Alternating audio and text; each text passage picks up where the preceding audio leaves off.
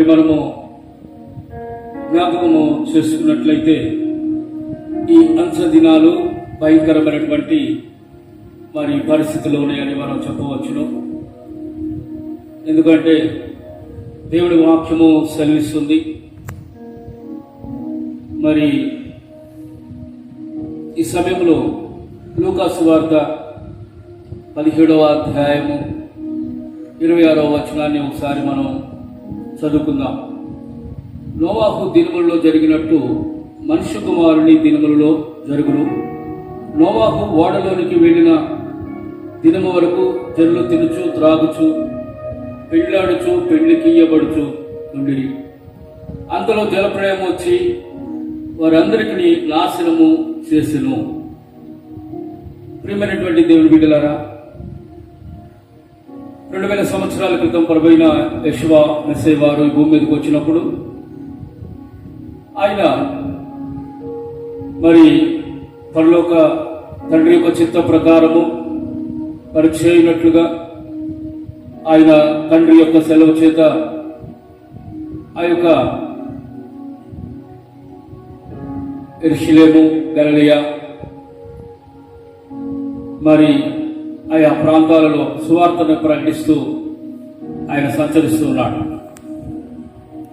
శిష్యులతోటి అనేకమైనటువంటి విషయాలను బోధిస్తూ పరలోకం గురించి, పరలోక ఔన్నత్యముల గురించి, అలాగే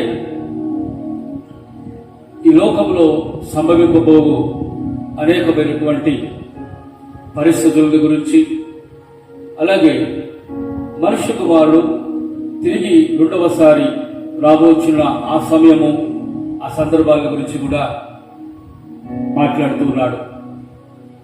శిష్యులు ఒక సమయంలో ప్రభువుని అడిగారు, ప్రభువా, మీ రాకడకు యుగ సమాప్తికి సూచనలు ఏంటి అని. ఆయన చెప్తున్నాడు, అక్కడక్కడ కరువులను, భూకంపములను, తెగులను వచ్చును, మనిషి మీదకి మనుషుడు, రాజ్యం మీదకి రాజ్యము లేచును. ఇవన్నీ కూడా యుగ సమాప్తికి ఇవన్నీ సూచనలు అయి ఉన్నాయని ఆయన ముందుగానే చెప్తున్నాడు. అలాగే లేఖనములను బట్టి కూడా ఆయన కొన్ని విషయాలను శిష్యులతోటి ఉటంకిస్తూ మాట్లాడినటువంటి సందర్భం కూడా మనం పరిశుద్ధ గ్రంథంలో చూస్తాం. అదే లూకా సువార్త 17వ అధ్యాయం 26వ వచనము మనం చూసినప్పుడు 27వ వచనంలో కూడా నోవాహు దినములలో జరిగినట్టు మనుష్య కుమారుడు దినములలో జరుగును. నోవాహు ఓడలోనికి వెళ్ళిన దినము వరకు జనులు తినుచు త్రాగుచు పెళ్లాడుచు పెళ్లికి ఇవ్వడుచు నుండి అందులో జలప్రళయం వచ్చి వారందరినీ నాశనము చేసెను. అంటే ప్రభు శిష్యులకి ఏం చెప్తున్నారంటే, నా యొక్క దినాలు ఎలా ఉండి అంటే లేఖనముల ప్రకారముగా ఉంటాయి, వాక్య ప్రమాణ ప్రకారముగా ఉంటాయి. నేను ముందుగా ఏవైతే సూచనలు చూపించానో, నాకు ముందుగా ఉన్నటువంటి ప్రవక్తల మధ్య ఇలాంటి యొక్క కార్యములైతే మీరు చూసి ఉన్నారో, అలాంటి యొక్క కార్యములు నా రాకడ సమయంలో కూడా మీరు చూడబోతున్నారు అని చెప్పి ఉన్నాడు. నిజమే, నోహు దినాల్ని మనం గమనించినట్లయితే మరి ఆది కాండములో మనం చూస్తాం. ఆది కాండము మరి 6వ అధ్యాయంలో చూసినట్లయితే దేవుడు నరులందరినీ కూడా చూస్తున్నాడు. నా స్వరూపం, నా పోలిక చొప్పున నిర్మించబడినటువంటి నా జనులు ఎలా ఉన్నారు అని ఆయన చూసినప్పుడు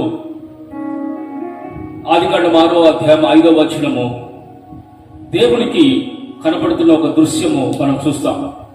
అక్కడ ఏముందంటే, నరుల చెడుతనము భూమి మీద గొప్పదనియు వారి హృదయము యొక్క తలంపుల్లోని ఊహాంతియు ఎల్లప్పుడూ కేవలము చెడ్డదనియు యావే చూచి.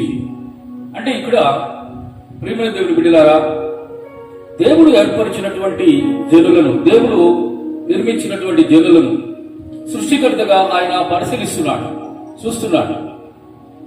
ఈ సృష్టి అంతటిలో కూడా మకుటములేని మహారాజుగా మానవుడిని నిర్మించి సర్వ బాధ్యతలు భూమి మీద మానవుడికి అప్పగించి ఆయనకు అధికారము అనుగ్రహించి ఆజ్ఞాపించు శక్తిని ఇచ్చి ఈ లోకంలో పరిపాలన చేయమని చెప్పినటువంటి ఆ యొక్క ఒక్క మానవు నుంచి వచ్చిన మానవులందరినీ కూడా నోవాహు దినములలో చూస్తున్నప్పుడు, నోవాహు కాలంలో గమనిస్తున్నప్పుడు ఆయన ఏం చెప్తున్నాడంటే, నరుల చెడుతనము భూమి మీద గొప్పది అయ్యింది అని చెప్తున్నాడు. చూడండి ప్రేమ బిడ్డల, దేవుడిచ్చినటువంటి ప్రేమ, దేవుడిచ్చినటువంటి సమాధానము, దేవుడిచ్చినటువంటి సంతోషము, దేవుని స్వరూపం, దేవుని పోలికలో ఉన్నటువంటి బిడ్డల లోపల చూడాలని దేవుడు చూస్తున్నాడు. కానీ దేవుడికి ఏం కనబడుతుందంటే, ఆ మానవుని లోపల చెడుతనం కనబడుతుంది. అయినప్పటికీ కూడా కనికరము కలిగిన దేవుడు మానవుల పట్ల చాలా ప్రేమ కలిగినటువంటి దేవుడు. వారిని ఏ విధముగా అయినా కూడా దేవుని రాజ్యంలో ఉండాలని, చూడాలని ఆశ కలిగి ఓరిమితో వారికి అనేక పర్యాయములు ఆయన మరి బోధిస్తూ ప్రవక్తల ద్వారా వస్తూనే ఉన్నాడు. అయితే నరు యొక్క చెడుతనము ఎలా ఉంది అంటే, దేవుని యొక్క మంచిని, దేవుని యొక్క సమాధానమును మానవుడు కోల్పోయి రాను రాను రాను ఆ చెడుతనములో మానవుడు ఏం చేస్తున్నాడంటే అభివృద్ధి పరుచుకున్నాడు. దేవుడు నోవాహు దినాల్లో మానవుడిని చూసినప్పుడు నరుల యొక్క చెడుతనము భూమి మీద గొప్పది ఆయను అని చూస్తున్నాం. అంటే ఎలా ఉందండి? నరుల చెడుతనము చాలా గొప్పగా మారిపోయింది. నరుల చెడుతనము భూమి మీద చాలా ఉన్నతమైనటువంటి స్థితిలో ఉంది. నరుని యొక్క హృదయం యొక్క తలంపుల్లో ఊహాంతయు కేవలము చెడ్డగా మారిపోయింది.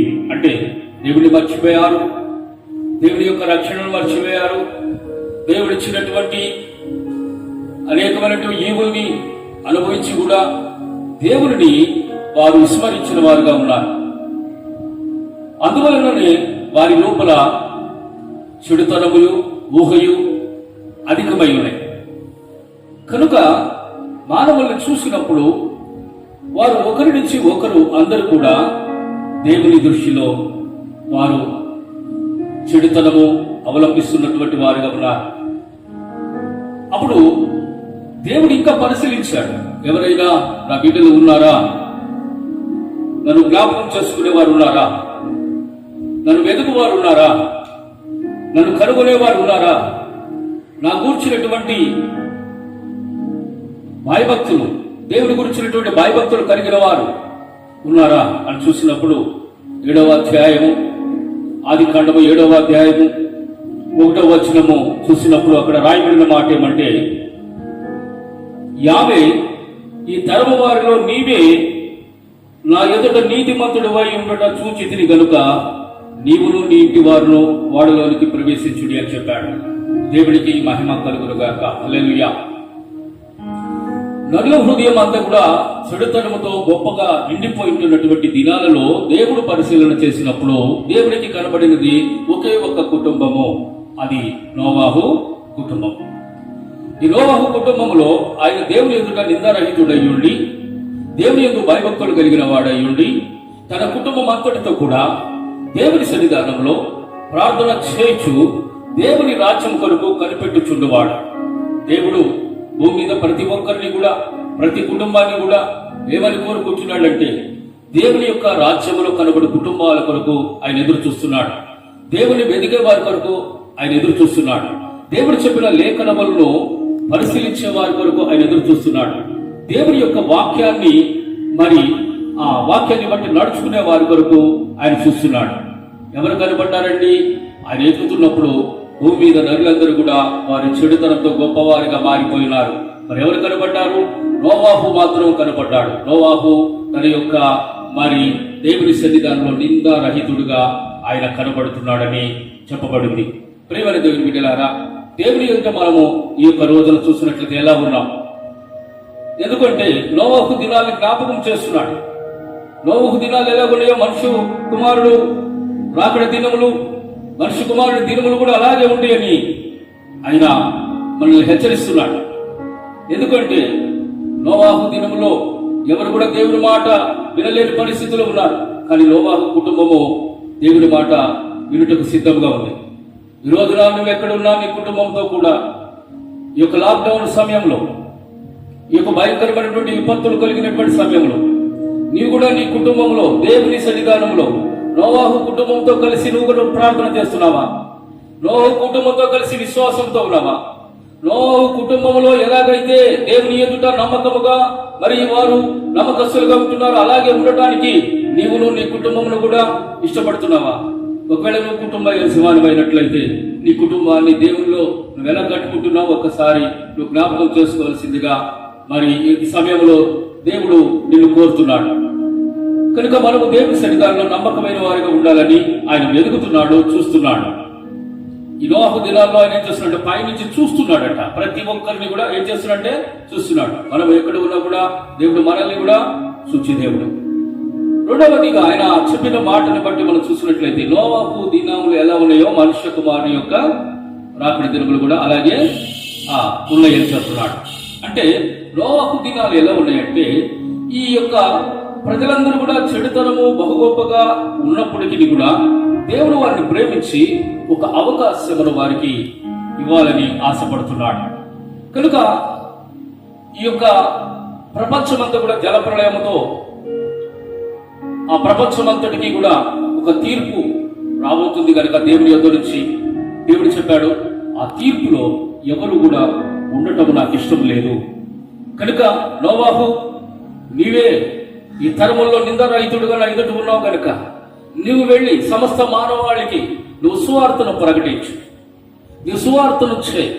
ఎవరైతే నమ్మి ఇదిగో నీ యొక్క విశ్వాసంలోనికి వారు వచ్చి మరి ఓడలో ప్రవేశిస్తారో వారు రక్షించబడతారు, వారు విడుదల పరచబడతారు. అందుకని నువ్వు వెళ్ళి వారికి సువార్తను ప్రకటించమని చెప్పారు. మరి సువార్తను ప్రకటించమని చెప్పినప్పుడు నోవాహు సువార్త ప్రకటిస్తున్నాడు. సుమారు ఇంచుమించు 120 సంవత్సరములు సువార్త ప్రకటించాడు. ఎన్నో రీతులుగా చెప్పాడు. కన్నీటితో వారి కొరకు ప్రార్థన చేసి ఉండవచ్చు. నోవాహు మరి భారముతో వారి యొక్క రక్షణ కొరకు ప్రకటించి ఉండవచ్చు. రేపు జరగవచ్చున్నటువంటి విపత్తులలో వారు నశించిపోకుండా, మరణంలోనికి వెళ్ళిపోకుండా, దేవుని ఉగ్రతలోనికి వాళ్ళు వెళ్ళిపోకుండా వారిని రక్షించాలని ఎన్నో వ్యయ ప్రయాసములతో నోవాహు వారికి రక్షణ సువార్తను ప్రకటిస్తూనే వచ్చిన్నాడు. కానీ చాలా మంది నోవాహుని చూసి అసహించుకున్నారు. ఆయన మాటలు లక్ష్య పెట్టలేదు, ఆయనను చాలా అవమానపరుస్తూ ఉన్నారు. అయినప్పటికీ కూడా నోవాహు ప్రేమ చేత మరి వారికి సువార్తను ప్రకటిస్తూనే ఆయన ఒక ఓడని సిద్ధపరుచుకున్నాడు. ఆ ఓడని కూడా దేవుడు చితి స్మారకపు రాళ్ళతో సిద్ధపరచుకోమని చెప్పాడు. అలాగే జాగ్రత్తగా గమనిస్తే నోవాహు 2 పనులు చేస్తున్నాడు. ఒకటి దేవుని సువార్త చేస్తున్నాడు, రెండవది తన రక్షణ కొరకు ఒక ఓడని సిద్ధపరచుకుంటున్నాడు. అలాగే దేవుని సువార్తను చేస్తున్నాడు. అలాగే ఎవరెవరు రక్షించబడాలని కోరుకున్న వారిని కూడా ఆయన ఆ ఓడలోనికి తీసుకువెళ్లే విధముగా ఆ ఓడని నిర్మాణం చేస్తున్నాడు. ఆ ఓడని నిర్లక్ష్యంతో నిర్మాణం చేయలేదు నోవాహు. చాలా ప్రతిష్టాత్మకముగా, ప్రణాళికబద్ధముగా దేవుడు చూపించినటువంటి ఆ సూచనల ప్రకారముగా ఓడని 3 అంతస్తులుగా నిర్మాణము చేస్తూ ఉన్నాడు. ఎందుకు అంటే ఎవరు కూడా నశించిపోకూడదు, ఎవరు కూడా నశించిపోకూడదు. ఎంతమంది రక్షించబడాలనుకుంటే అంతమంది కూడా ఆ ఓడలోనికి ప్రవేశించాలని ఒక తపనతో నోవాహు ఆ ఓడ నిర్మాణం చేస్తూ ఉన్నాడు. ఒక పక్క సువార్త చేస్తున్నాడు, అలాగే రక్షణ కొరకు ఓడని సిద్ధపరచుకుంటున్నాడు. రక్షణ కొరకు ఓడని నిర్మాణం చేస్తూ ఉన్నాడు. ప్రియమైన దేవుని బిడ్డలారా, ఒక మాట చెప్పున ఆ యొక్క నోవాహు ఓడని సిద్ధపరుస్తున్నటువంటి సమయంలో మనం గమనించినట్లయితే ఆ ఓడని ఆయన తయారు చేస్తూ, ఆయన ఒక మ్యానుఫ్యాక్చర్ గా ఆయన ఆ యొక్క చితి స్మారకపు మ్రానుతో ఆ ఓడని నిర్మాణం చేస్తూ ఉన్న ఆ సమయంలో ఆయన ఒక్కడే చేయట్లేదు. ప్రియమైన దేవుని బిడ్డలారా, జ్ఞాపకం చేసుకోవాలి, ఆయన ఒక్కడే చేయట్లేదు. ఆయన తన కుటుంబం అంతటితో కూడా ఆ పనిని చేస్తున్నాడు. దేవుడికి మహిమ కలుగును గాక. హల్లెలూయా. ఆయన కుటుంబంతో కలిసి కష్టపడుతున్నాడు. నోవాహు దేవుని యొక్క ఏ ప్రకటన అయితే పొందుకున్నాడో ఆ ప్రకటనలో ఆయన చేయనయ్యున్న ఆ యొక్క ఉద్దేశ ప్రకారంగా ఓడ నిర్మాణం జరిగించుకొనిచుండగా తన యొక్క కుమారులు షేము, హాము, యాపేతు, అలాగే తన ముగ్గురు కోడళ్ళు, అలాగే తన భార్య కూడా కలిసి ఆ ఓడ నిర్మాణంలో పాలు పంపులు పంచుకుంటున్నారు. అంటే అర్థం ఏంటి? దేవుని యొక్క పిలుపు వచ్చింది, దేవుని యొక్క రక్షణ ఏర్పాటు మరి ప్రణాళిక బయలుపరచబడింది. ఏ కుటుంబానికైతే బయలుపరచబడిందో, ఏ కుటుంబం అయితే రక్షణ కొరకు సిద్ధపరచబడిందో ఆ కుటుంబంలో దేవుడిచ్చినటువంటి ఒక అమూల్యమైనటువంటి రక్షణ ఏర్పాటు కొరకు ఆ కుటుంబస్తులందరూ కూడా శ్రమ పడుతున్నారు, కష్టపడుతున్నారు, ఆ దేవుని పనిలో ఉన్నారు అని మనం గమనిస్తున్నాం. దేవునికి మహిమ కలుగును గాక. హల్లెలూయా. దేవుడు ఏ పని అయితే అప్పగించాడో ఆ పనిలో నిజంగా నోవాహు నమ్మకస్తుడుగా ఉన్నాడు. నోవాహు నమ్మకస్తుడుగా ఉండటమే కాదు, నోవాహు తన యొక్క కుటుంబం అంతటితో కూడా నమ్మకమైనటువంటి పనిలో కుటుంబస్తుల్ని కూడా ఆ పనిలోనికి నడిపిస్తూ ఉన్నాడు. ప్రియమైన దేవుని బిడ్డలారా, ఈ రోజు మనం ఆలోచన చేద్దాం. దేవుడు మనకిచ్చినటువంటి రక్షణ ప్రణాళిక, దేవుడు మనకిచ్చినటువంటి రక్షణ, ఈ రోజున మనము మన కుటుంబంతో కూడా కలిసి మనం ఉన్నామా? మన కుటుంబంతో కూడా ఆ రక్షణలోనికి నడిపించుకోవడానికి ఇష్టపడుతున్నామా? ఆ కుటుంబంలో మరి మనము అందరము కూడా దేవుని యొక్క పరిచర్య కొరకు, దేవుని పని కొరకు, అందరము కూడా దేవుని కొరకు వాడబడే వారముగా మనం ఉన్నామా? ఈ సమయంలో ఒకసారి జ్ఞాపకం చేసుకుందాం. ఒక్కొక్క కుటుంబంలో ఒక కుటుంబ యజమాని దేవుని దగ్గరికి వస్తుంటే, ప్రియమైన దేవుని బిడ్డలారా, తన భార్య రావట్లేదు, తన పిల్లలు రావటం లేదేమో. ఎంత విచారమైనటువంటి ఒక విషయము. నోవాహు అయితే అలా లేడు. దేవుని యొక్క రాకడ దినాలు ఎలా ఉండాలని దేవుడు కోరుకుంటున్నాడు తెలుసా? నోవాహు దినాల వల్లే ఉంటాయి అంటున్నాడు. నోవాహు దినాలలో చూసినట్లయితే నోవాహు తన యొక్క రక్షణ కొరకు తనను, తన కుటుంబాన్ని కూడా కట్టుకునే పనిలో ఉన్నాడు. మనము ఆయన యొక్క దినాల్లో ఉన్నాము. ఎలా ఉన్నాము? ఆయన యొక్క రక్షణను కట్టుకునే వారు ఉన్నామా? ఆయన రక్షణ కుటుంబం అంతటికి కూడా పంచి, కుటుంబం అంతటితో కూడా ఆయన సన్నిధానంలో కష్టపడే వారుగా ఉన్నామా? ఒక్కసారి మనల్ని మనము ఆలోచన చేసుకుందాం. ఎందుకు అంటే ఆయన రాకడ దగ్గరగా ఉంది, ఆయన చెప్తున్నాడు. నోవాహు దినాలు ఎలా ఉంటాయో మనుష్య కుమారుడు దినాలు కూడా అలాగే ఉంటాయి. అయితే ఇక్కడ ఒక విషయాన్ని నేను చెప్పాలనుకుంటున్నాను. నోవాహు చితి స్మారకపు మ్రానుతో మరి ఆ యొక్క ఓడను నిర్మాణం చేసుకుంటున్నాడు. ఆ ఓడ నిర్మాణము జరిగిన తర్వాత 40 దినములు ప్రచండమైనటువంటి వర్షము భూమి మీద విస్తరించి భయంకరముగా ఆ వర్షమంతా కూడా భూమి అంతటా భూతలమంతా కూడా నింపివేసి భయంకరమైనటువంటి వరదగా మారిపోయి కొండలు కూడా కనబడినంతగా, కొండల్ని కూడా ముంచివేయనంతగా ఆ జలప్రళయం సంభవించినప్పుడు నోవాహు ఆ దేవుడు ఏర్పాటు చేసిన ఓడలో ఆ యొక్క నీటి మీద ప్రయాణము చేస్తూ దేవుడిని స్తుతిస్తూ ఉన్నాడు. దేవుడికి మహిమ కలుగును గాక. హల్లెలూయా. ఎంతో మంది ఆ రక్షణ సువార్త వినిన వారు, నోవాహు చెప్పిన మాటలు నమ్మని వారు, నోవాహు చెప్పినటువంటి దేవుని యొక్క వాక్యమును నిరాకరించిన వారు ఆ యొక్క నీటిలో మునిగిపోతూ ఉన్నారు. వారు అనుకుంటున్నారు, ఇదిగో ఆ రోజున నోవాహు చెప్పిన మాట వినినట్లయితే ఈ రోజున ఈ విధముగా నేను మరణంలో ఉండేవాడిని కాదు, మరణంలో ఉండేదానిని కాదు. అయ్యో, నేను మరణిస్తున్నాను, నా యొక్క భర్త మరణిస్తున్నాడు, లేదా నా భార్య మరణిస్తుంది, నా పిల్లలు మరణిస్తున్నారు, మా కనుల ఎదుటే మరణములు మేము చూస్తున్నాము. అయ్యో, మా కనుల ఎదుటే నశించిపోతున్నారు. ఇదిగో నా బంధువులందరూ మునిగిపోతున్నారు, ఇదిగో నా రక్త సంబంధులందరూ మునిగిపోతున్నారు. ఎవరు కూడా రక్షింప లేని విధముగా ఆ విపత్తు సంభవించి ఉన్నది. ఈ యొక్క విపత్తును బట్టి రక్షించగలిగినటువంటి వాడు ఏ మానవుడు కూడా లేడు, ఏ శక్తి కూడా లేదని ప్రతి ఒక్కరు కూడా ఆర్తనాదములు చేస్తూ వారి వారి ప్రాణాలని విడిచిపెడుతూ ఉన్నారు. నోవాహు వారిని చూస్తున్నాడు. నోవాహు ప్రేమతో, చాలితో వారిని చేర్చుకుందామా? దేవుడు ఇచ్చిన సమయం అయిపోయింది. దేవుడు వారికి ఇచ్చినటువంటి 120 సంవత్సరములు ప్రేమతో, ఓర్పుతో వారికి స్వార్థ ప్రకటిస్తూనే ఉన్నాడు. ఇప్పటికైనా మారు మనసు పొందండి, ఇప్పటికైనా రక్షణ అనుభవంలోనికి రండి.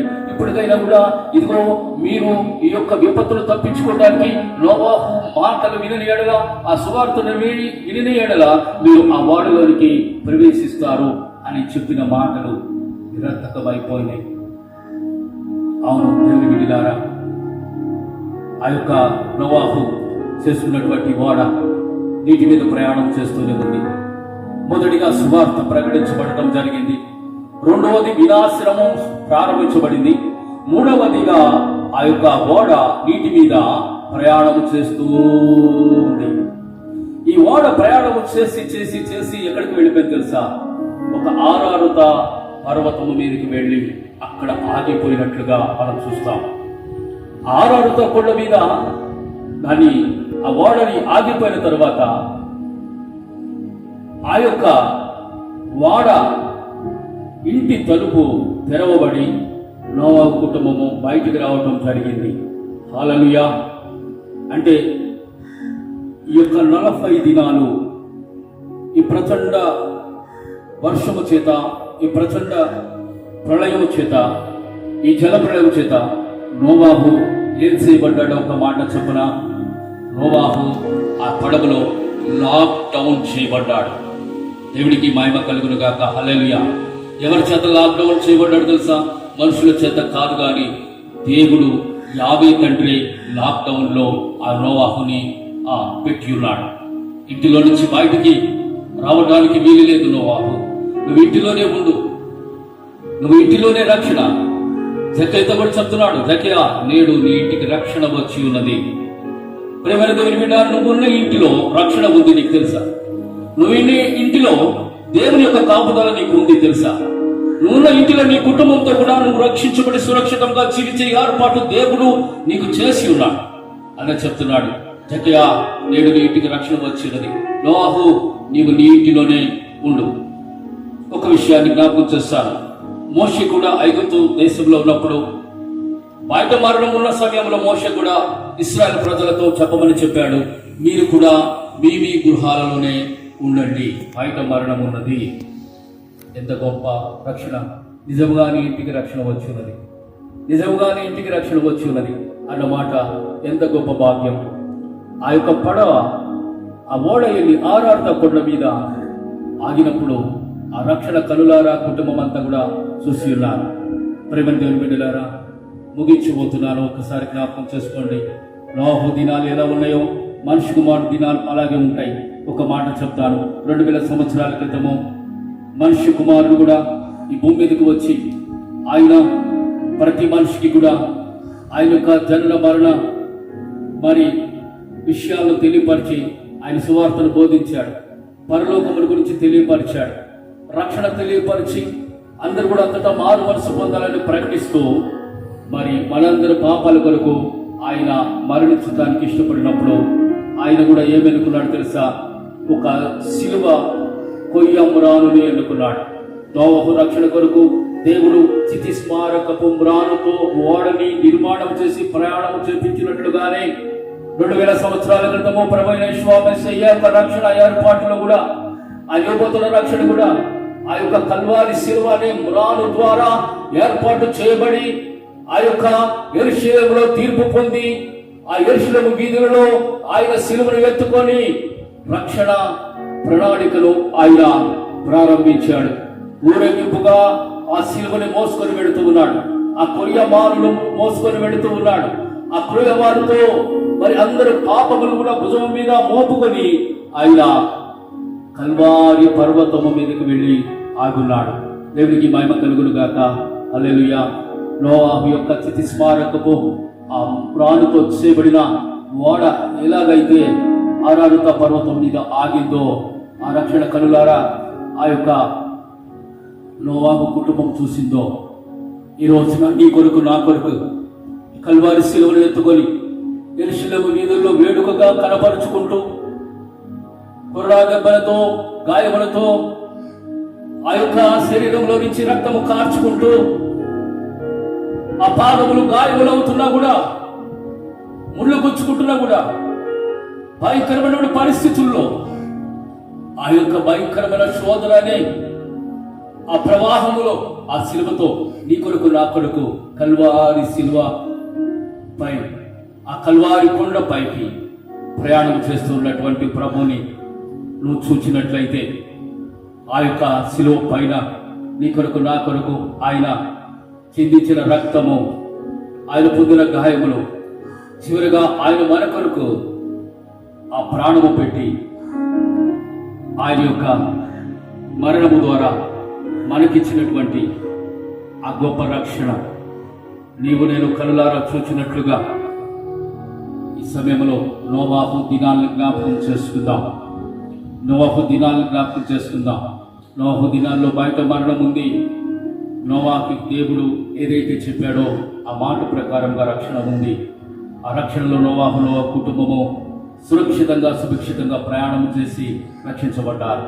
ఈ రోజున కూడా బయట ఉన్న పరిస్థితుల్ని నువ్వు గమనించినట్లయితే బయట మరణము ఏలుబడి చేస్తున్నటువంటి పరిస్థితులు, భయంకరమైనటువంటి దుర్దినాలు మన కనులో ఎదుటే మనం చూస్తుండగానే, మనం వింటుండగానే మనం ఊహించలేని, ఊహకి అందని, మనము భరించలేని, తట్టుకోలేనటువంటి వార్తలు విని భయము చెడి కూలిపోతున్నటువంటి దినాలలో మనము కూడా ఆ కల్వారి కొండపైన ఆగిన శిలువ యాత్ర, ఆ మ్రానుపై ఆయన కూడా ప్రయాణం చేసినటువంటి ప్రయాణమును జ్ఞాపకం చేసుకొని నీ కోసమే నా కోసమే ఆ శిలువని మోసుకొని వెళ్ళాడు, ఆ శిలువలో బలియాగమయ్యాడని నీవు ఈ సమయంలో జ్ఞాపకం చేసుకున్నట్లయితే ఈరోజే ఒక నూతన రక్షణని నువ్వు పొందుకోవడానికి దేవుడు నీకు సహాయం చేయబోతున్నాడు. ఆయన చెప్తున్నాడు, నోవాహు దినాలు ఎలా ఉంటాయో అలాగే నా దినాలు అలాగే ఉంటాయని చెప్పాడు. కనుక ఎక్కడ ఉన్నా కూడా ఒక్కసారి జ్ఞాపకం చేసుకో, తండ్రి సన్నిధానంలో మోకరించి ప్రార్థన చేయి. ప్రభువా, నిజమే నోవాహు దినాలు ఎలా ఉన్నాయో అలాగే మీ దినాల్లో కూడా మేము చూస్తున్నాం. కనుక ప్రభువా, మాకు సహాయం చేయమని, మాకు రక్షణ దయచేయమని, నోవాహు కుటుంబం వల్లే మేము కూడా రక్షింపబడిన కుటుంబాలుగా మేము కూడా ఉండటానికి మాకు సహాయం చేయమని, నీవు కూడా ఒక్కసారి ప్రార్థన చేయగలవా? ప్రభువా, నా కుటుంబాన్ని రక్షించు, నా కుటుంబాన్ని కాపాడు.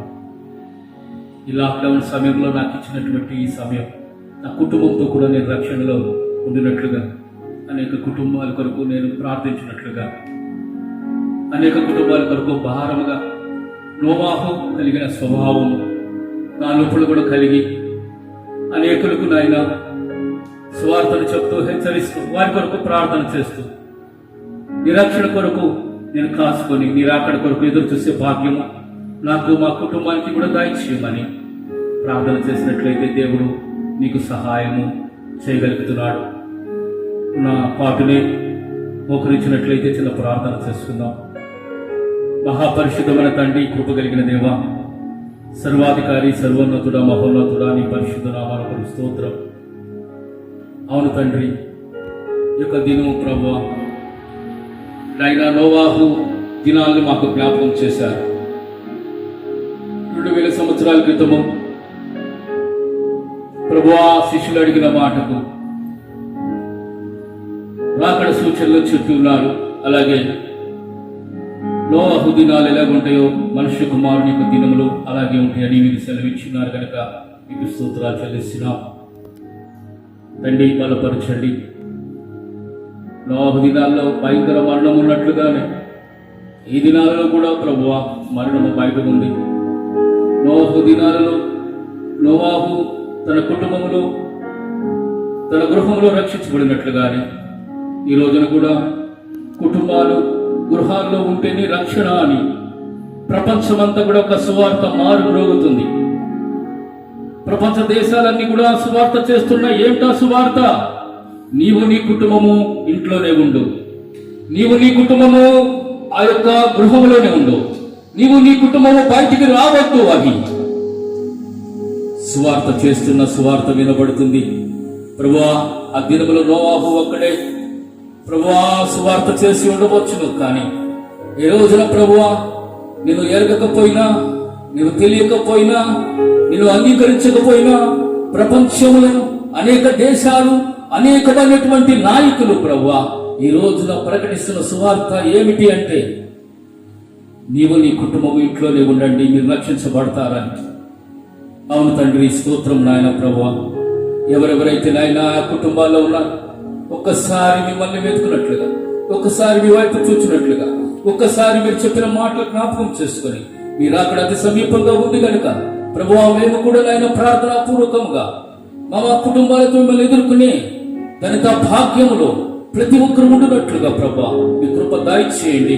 మీరు అక్కడ మేమందరం కనబడి ప్రభా మీ రాజ్యములో ఆయన యుగాయుగంలో జీవించే ధనిత భాగ్యము మా అందరికీ దయచేయమని మా కొరకు త్వరలో రానట్టున్నా ప్రభువైన యేసుక్రీస్తు అతి శ్రేష్ఠ పరిశుద్ధ ఘనమైన మహిమ కలిగిన నామములో ప్రార్థిస్తున్నాం తండ్రి. ఆమేన్.